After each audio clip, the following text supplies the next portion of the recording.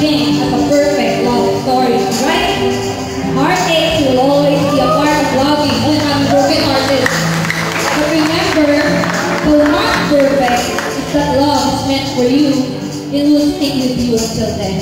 No matter how tough it gets, no matter how long, far from perfect, but real. That is love in excitement. It defies no time, no age, no limit, no boundary. Once again, we are the Attitude Acoustic Band. My name is Sam. I'm Bree. I'm Jen. And I'm Jen. Easily. Thank you po, and meron kang second set.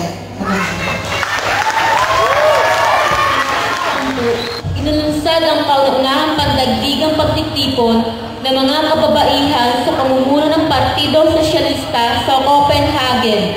Ito'y nag-udyok ng malawakang pagkilos sa pagtaguyod ng karapatan ng mga kababaihan. Taong 1937, sa bisa ng plebisito, pinayagan sa unang pagkakataon ng mga Pilipina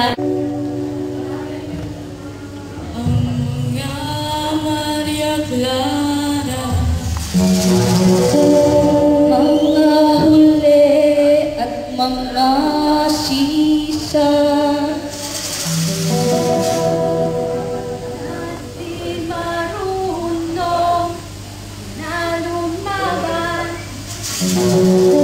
Kami ay laging itinulungan. Mga babae, kayo ba'y sadyang mahina? Kahit pa ang pagmamalyakara, ang huli at ang masisa, di marunong na lumaban. Kami ay laging inuuha. Ako kasi sirena na ang lalaki ang tanging pag-asa. Ay lumaban ang mga nena na ang buhay ay pagpupunta. Mga babae ay iba'y sadyang makama. Ang ating isip ay buksan, alimun ay pag-aralan. Paano nahubog ang isipan at tanggapin tayo'y mga libangan. Mga babae, ito nga ba'y kakalaran? Bakit mayroong mga Gabriela, mga Teresa at Sasora, naliyang masa sa luhang awa, sila'y nagsipang hawak ng sandahan, nakitapan ang hindi tayo lumaya. Ang ating isip ay buksan, pag-aralan. Paano nahubog ang isipan at tanggapin tayo'y mga libangan. Mga babae, ito nga ba'y kakalaran?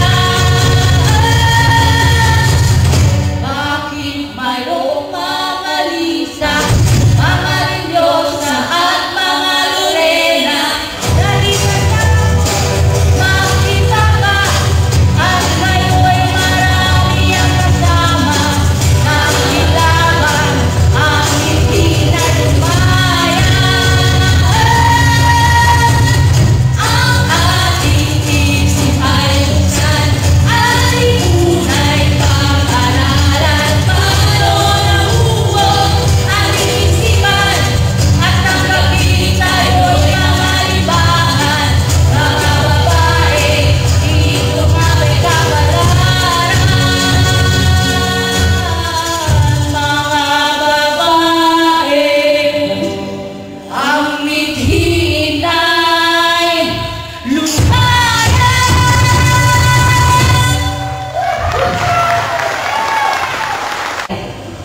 Kung noon, ang mga ninuno natin ay nakipaka at nagbuwis ng buhay para ipagtanggol ang ating kalayaan.